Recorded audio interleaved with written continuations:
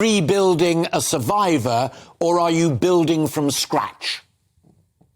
We're rebuilding from a survivor. Actually, it was an aircraft that crashed in RAF Coltishall post-war. So we have what's called the mortal remains, and that aircraft serial number is RL249.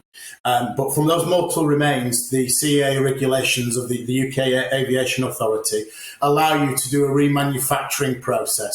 And to be honest, in meetings we've had with the CAA, Alistair, they're not pretty keen on flying 80-year-old wood with 80-year-old glues. Their sort of thing. So it's a remanufacturing process using an identity of an aircraft from 1947.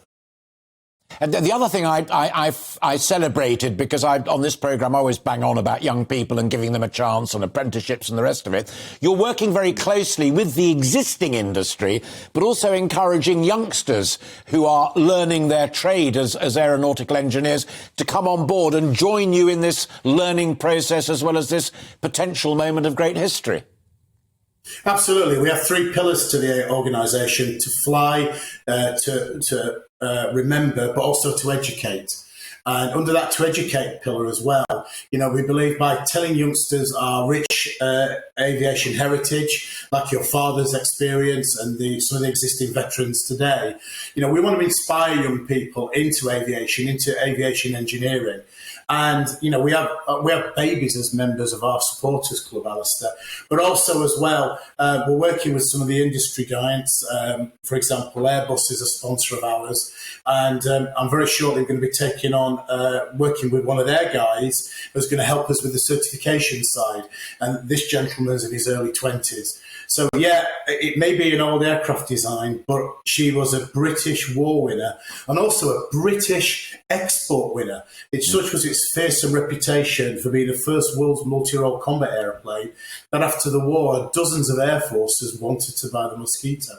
Oh, I didn't know that. So an export winner as well. How brilliant. That goes into my memory bank, and I'm glad to hear it. We were rerunning the pictures I'm terribly proud of Jimmy Stewart, Royal Air Force there with his Mosquito.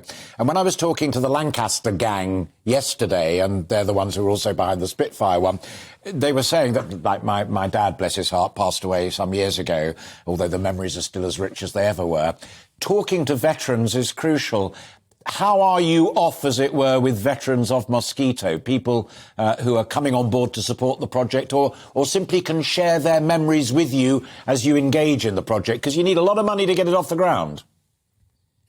Yeah, we need around about £8 million, plus with inflation, I can see that going north, not south, unfortunately. But no, veterans, we're in touch with about half a dozen guys still around from the war. People like Flight Lieutenant Colin Bell, DFC, who was now 101 years of age. Flight Lieutenant Des Curtis, who was a navigator. Colin was a pilot. And Des was a navigator on the bouncing bomb Mosquito, the highball Mosquito, and also he fired the Tetsi variant, Alistair, the one with a great big 57mm field gun against U-boats and stuff. But when you speak to these gentlemen, they just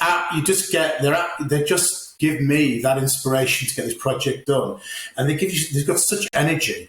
And these are the guys that you say, give me a difficult mission, they would answer you and say, give me 24 hours and we would deliver it. They're just wonderful human beings to be around.